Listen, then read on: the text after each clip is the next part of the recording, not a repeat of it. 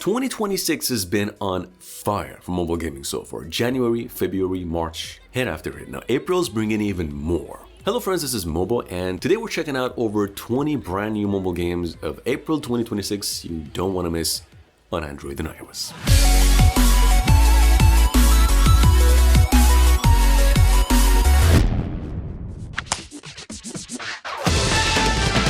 First in the list, it is a hit or a miss depending on your expectations, going by the name Brawl. Technically Splatoon, the Nintendo Switch game on mobile, but like way more addictive.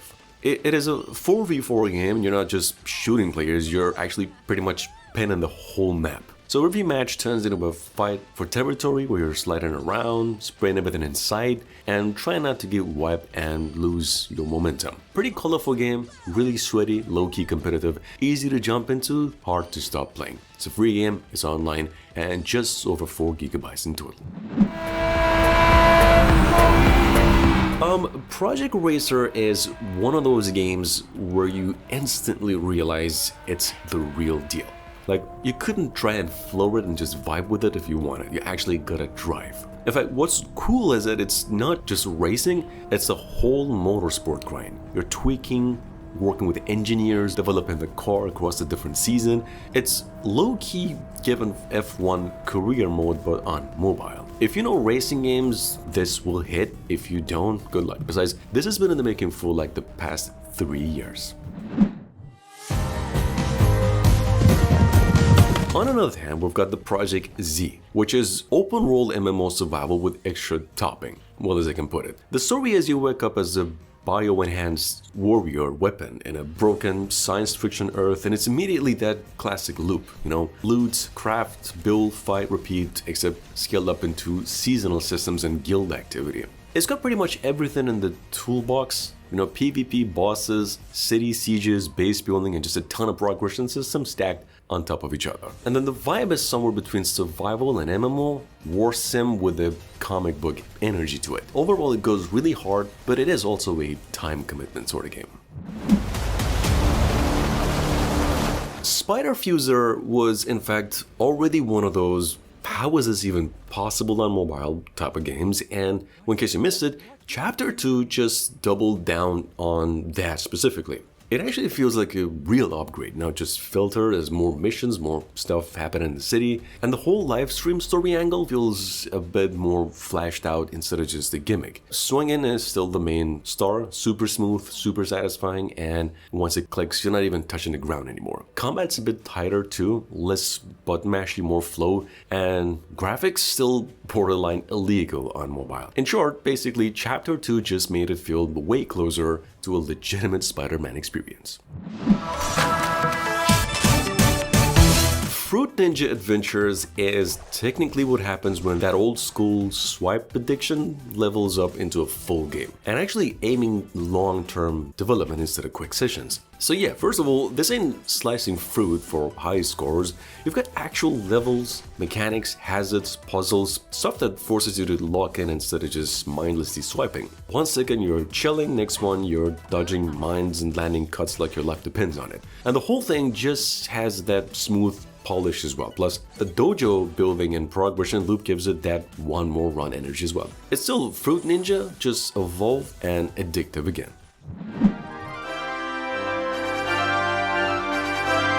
Well, Dragon Quest Smash Grow feels like Square Enix decided to make JRPG grinding actually fit into mobile gaming. In fact, it's built around quick roguelike dungeon runs, you know, jump in, clear a rift, grab loot, get stronger, dip out. The game is super pick up and play, but still has that classic Dragon Quest charm that carries it. Combat's simple, but not brain dead, and the visuals do a ton of heavy lifting. It just feels like Dragon Quest, even in short bursts. Now, yeah, it's pretty gacha, better gear, faster progress is all that, no surprises there, but overall it's got a pretty clean, addictive loop, and honestly one of the smarter mobile spins on this formula. Ashes of Paradise, on another hand, feels like as if someone mashed together a dark fantasy, RPG, and a lot of nostalgia. The setup is just classic apocalypse lore, rifts in the sky, beasts, everything slowly falling apart, but the gameplay actually leans more sandbox RPG than straight story grind. We've got mount spirits with abilities, dual weapons you can swap mid-fight, and even this crow transform for aerial traversal, which is honestly pretty slick. The game's offline, it is 99 cents, not perfect, but if you like heavier RPG systems and dark fantasy worlds, well, this one's definitely got ambition. Sea of Stars on mobile is basically pretty much the same game people fell in love with a few years ago. It's just now squeezed on your phone or tablet surprisingly well. Visually, it's still ridiculous in the best way, like pixel art that feels alive, lightings that actually matter, and the day-to-night cycle still really hits hard. In fact, the soundtrack is doing almost emotional damage, so to speak. Not to mention the save system's a big win. You can jump out anytime and not lose your sanity. Only real downside is that the DLC is not included, which stings, but overall though it's one of those rare mobile RPG ports that actually really feels premium. Now guys, Speed Cycling at number 9 is bike racing premium and a ton of sweaty PvP just done right. Then also turned up to full sin. This game is all about control, learning, braking, drifting, hitting jumps, clean, and not choking when someone overtakes you at the last second. Pretty fast game, aggressive, punishes mistakes instantly, but the progression's pretty straightforward where you race, grind XP, unlock new talents, get stronger, repeat. Nothing overcomplicated, it's just a classic play better, climb ranks loop, and if you like tight racing with bikes where skill actually matters, this one's pretty much got that clean, no BS energy. Riot Ball feels like someone took every single traditional sports game, threw out the rulebook, and said, let's just make it work. And frankly, it does. It's got matches that are pretty fast, aggressive, barely controlled, and that mix of hockey speed, football hits, and enough strategy to keep you thinking. But most of the time, you're just reacting, not even planning. It's all about momentum and team coordination in this game, but the best part is that you can literally co-own teams with your friends online, share progress, jump in and out of matches, no long grind sessions needed either. It's online, free, but 1 GB in total.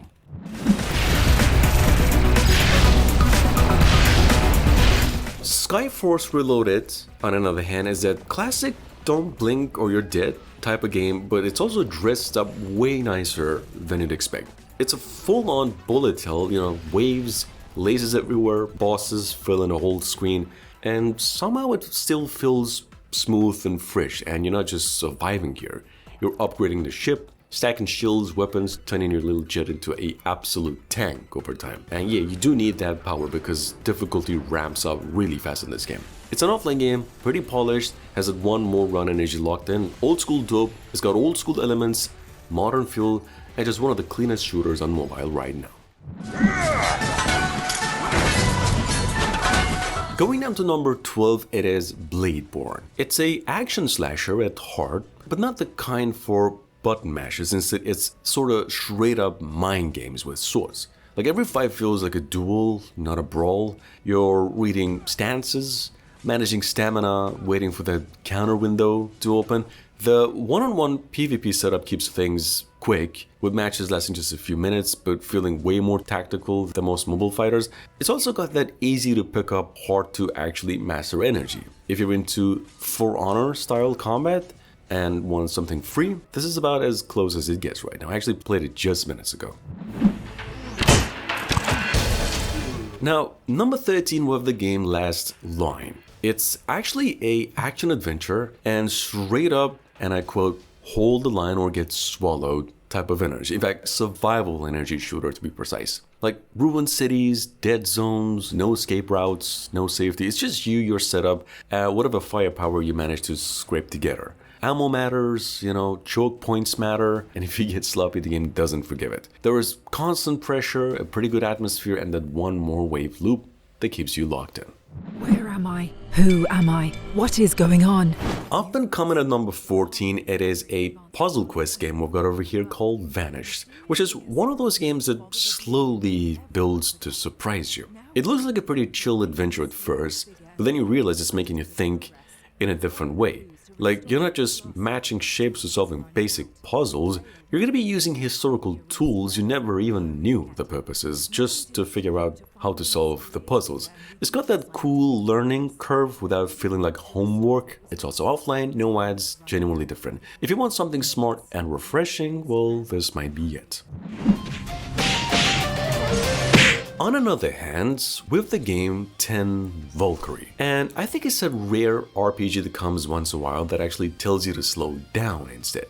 And for once, it's actually not a bad thing either. Well, first of all, the setting is right in the middle of Ragnarok, but instead of battles 24/7, you're building up a squad of these VALKYRIE trainees on the Freya, getting stronger as you go. Combat's flashy, there's some brain power involved as well with skills linking your team's abilities together. It's less spam, more setup, but no heavy PvP pressure either, which is a nice change. If you want long-term RPG grind with Norse vibes, I think this one's pretty easy to stick with. It's been out for a day, it's already downloaded over 50,000 times.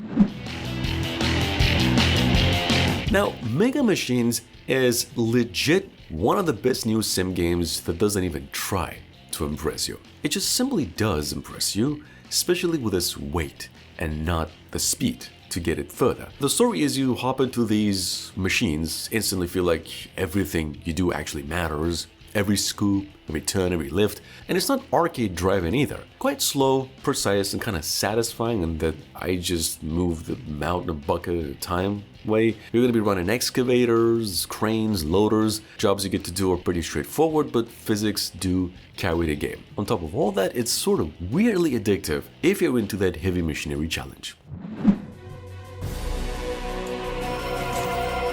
Conquest Tactics at number 17 is basically what happens when a roguelite decides to stop being nice. Not that they're usually nice either. But this one in particular is just pure think first or die fast energy. It's got hex grid battles in a strict positioning and the commanding state system that makes every move matter way more than you want it to. Like just one stupid rotation and your whole run can fall apart. But you know, if you like tactical roguelikes that don't forgive mistakes, this one goes pretty hard. Although it's a paid game, it takes you about $7. Now, Bounce Defense Pinball Hero is, I think, one of those this sounds simple until it isn't sort of games. Because on the surface, it's just pinball meets tower defense, but then it starts stacking buffs, roguelike elements, upgrades, and suddenly you're actually thinking about builds instead of just destroying. The fun part is that a perfect bounce can sort of clean the whole screen that you can get a good handle if practiced. It's not a super deep game or in story or polish, but as a casual strategy time whistle with some satisfying physics, it really works. Coming up at number 19 with Endless Frontier 2, and it's that classic numbers go up, brain goes off idle RPG, but in a good way. Technically, you're just stacking heroes, letting them auto-fight, they die, and you wait for them to come back and join the fight again. It's just that loop over and over that works here. Of course, there's some strategy and positioning, you know, races, skills, you check in, upgrade, etc. If you played the original, this is just more of that, but cleaner and bigger. It's not flashy, not revolutionary by any means, but it will absolutely hook you. Well, on another hand, number 20, Rift Rider Extraction feels like a sort of a prototype that somehow made it to release. First of all, it's actually built by a Treyarch developer in just over a month, and the whole Minecraft meets extraction shooter meets geometry wars actually clicks. The gunplay is snappy, movement's pretty quick, everything's designed around speed. It's one of those games that's rough around the edges, but when you get the handle of it, there's no questions need to be answered. And also as proof of concept, there is something here. I think this one's at least worth a look. At number 21, we've got Meg's Monsters. It's just cute plays simple, it casually gives you one of the most unique RPG twists ever as well. And by that, I mean you're basically overpowered from the start, and the mission is to protect the character Meg, because the second she panics and starts crying, it's game over, literally. It's pretty short, story heavy, way more emotional than it lets on, starts really wholesome, and then ends up hitting hard as well. It's not about grinding this game, it's definitely only just about the journey. Number 22, we have Battlezone Saga. Pretty much classic mobile strategy RPG energy wrapped in anime gacha. You've got grid-based combat, positioning that actually matters, and the usual don't mess up your turn order or your cooked strategy layer. It's not reinventing the genre, but it knows exactly what it is. Got tons of characters with different roles, skills, and that usual gacha, build a perfect squad loop. It also leans pretty hard into collection and progression, with upgrades, gear, and synergies that you're gonna stack over time. Pretty good game, it's free.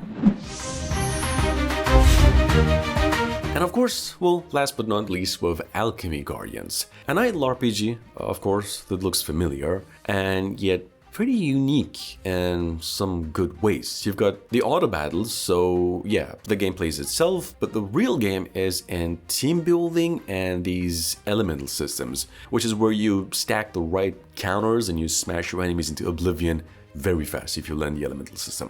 It leans pretty hard into gacha, of course, with a bunch of flashy mythology characters to collect and upgrade over time. There's also PvP guilds and all the usual long-term grind systems as well. The AFK part's real, but it also requires thinking as well. It's a free game, already downloaded over 10,000 times. Anyway, if you like building teams and watching damage numbers pop, well, this one actually delivers. Thanks for watching. I really hope you enjoyed. I'll see you again tomorrow.